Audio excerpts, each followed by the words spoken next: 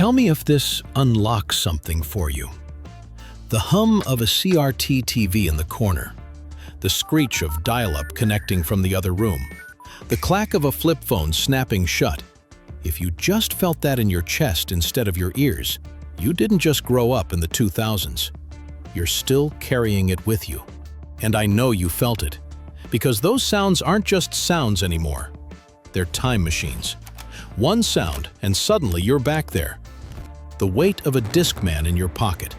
Anti-skip protection that worked sometimes, but never when you actually needed it. You carried around a CD wallet like it was your most precious possession. Because it was. The glow of a computer monitor in a dark room at 11 p.m. That specific blue-white light from the CRT screen that meant you were online. It felt different from any screen we look at now. TV static wasn't just a sound, it was a presence. You'd wake up to it if you fell asleep with the TV on. That white noise filling the whole room like something breathing. Loading screens taught us patience we didn't know we were learning. Waiting for a web page to load, line by line, image by image. You'd sit there. You'd wait. What else were you going to do? School hallways had their own smell. Industrial cleaner mixed with pencil shavings and whatever body spray everyone was drowning themselves in. Axe body spray, Bath and Body Works. Burned CDs with track lists written in Sharpie. Song titles misspelled, your name and the year. They were artifacts. Physical proof that you cared enough to make something for someone. Printed photos came back from the drugstore in those cardboard sleeves. You didn't know what you got until you opened them. Half were terrible, red eyes, someone blinking, a thumb over the lens. You kept them anyway. Aim away messages were an art form. Song lyrics that perfectly captured your mood. Inside jokes. Cryptic statements meant for one specific person who you hoped was checking. The ping of an AIM message. That sound meant someone was thinking about you. The crack of a jewel case opening. The whir of a VHS rewinding. These weren't just background noise. They were the texture of being alive then. But it's not just what we remember, it's how we experienced it. Think about the last time you really waited for something. Can't remember? That used to be every day. We waited for things, not because we were patient people, just because that's how it worked.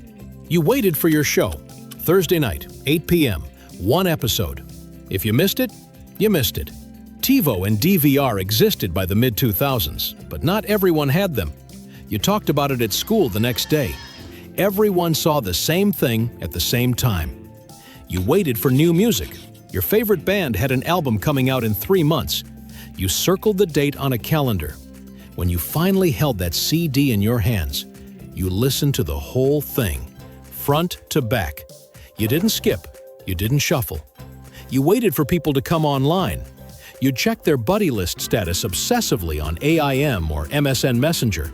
Away, idle, mobile. And then, there. A little icon next to their screen name changed. You'd message them immediately, like you'd been waiting all day. Because maybe you had been.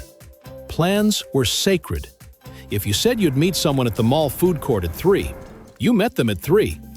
No texting running late. No, where are you? Cell phones existed, but not everyone had them, and texting cost money per message. You just showed up. There was no checking what everyone else was doing. No stories to scroll through. No posts documenting every party you weren't invited to. If you weren't there, you didn't know. And honestly, that was fine. Everything's available now. Everything's instant. I'm not saying that's bad. I'm not here to romanticize inconvenience. It's just different.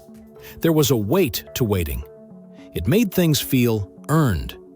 When something finally happened, it landed differently. You felt it more. You remember it clearer. We didn't have the world in our pockets. Not like now, anyway. Maybe that's why those moments stretched out longer, why they imprinted deeper. You remember the boredom, too. Long car rides staring out the window.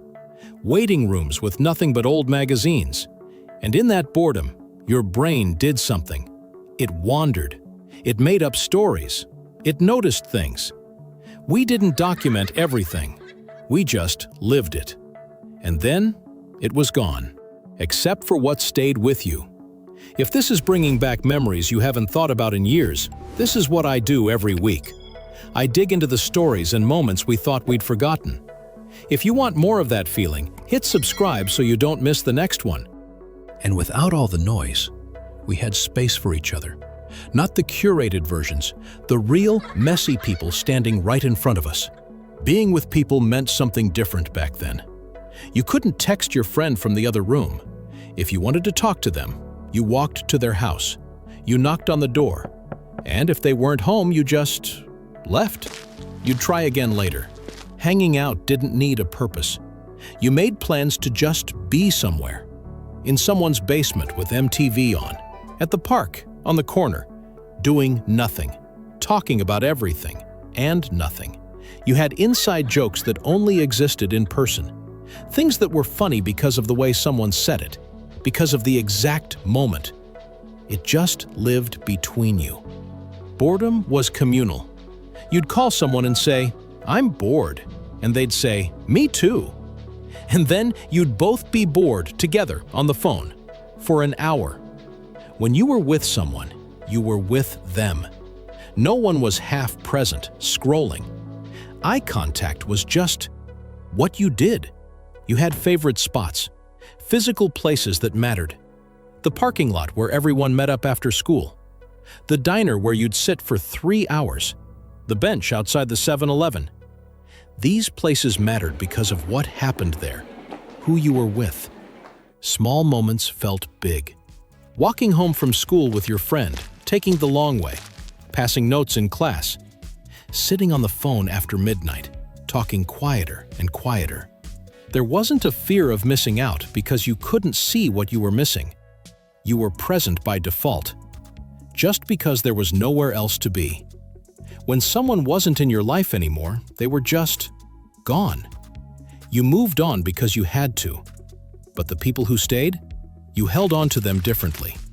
You wrote emails, you sent letters, you called just to hear their voice. You remember your friends' home phone numbers, the muscle memory of dialing, the anxiety of calling and having a parent pick up. "Hi, Mrs. Rodriguez, is Danny there?" You made mix CDs for people you cared about. You gave them something tangible that said, "I was thinking about you." Connection took work. And because it took work, it meant something. Maybe that's the real difference. We were forced to be in our lives instead of watching them. We couldn't scroll past the boring parts. We had to feel everything. What we're really nostalgic for isn't the technology. It's the pace, the presence, the way things felt bigger because our worlds were smaller. It's the version of ourselves who didn't have to curate anything, who didn't perform for an audience, who just existed in the moment, in the mess, in the mundane magic of regular life. The 2000s weren't perfect, but they were ours. And we lived them fully because we couldn't live them any other way. Those sounds, the hum, the screech, the clack, they're not just memories. They're markers. Evidence of a time when things were simpler. Not easier, just slower, more focused, more real. Maybe that's why they hit so hard now. Because we didn't know what we had. We didn't know we were living in the good old days, but we were. And if this brought back the feeling of that slower, simpler decade, there's another story you'll probably want to revisit. It's all about the era before streaming took over, when watching a movie meant leaving the house, walking the aisles, and committing to one choice for the night. If you want to stay in that world a little longer and see why those rental nights felt so different to endless scrolling, click the video on screen, and I'll meet you there.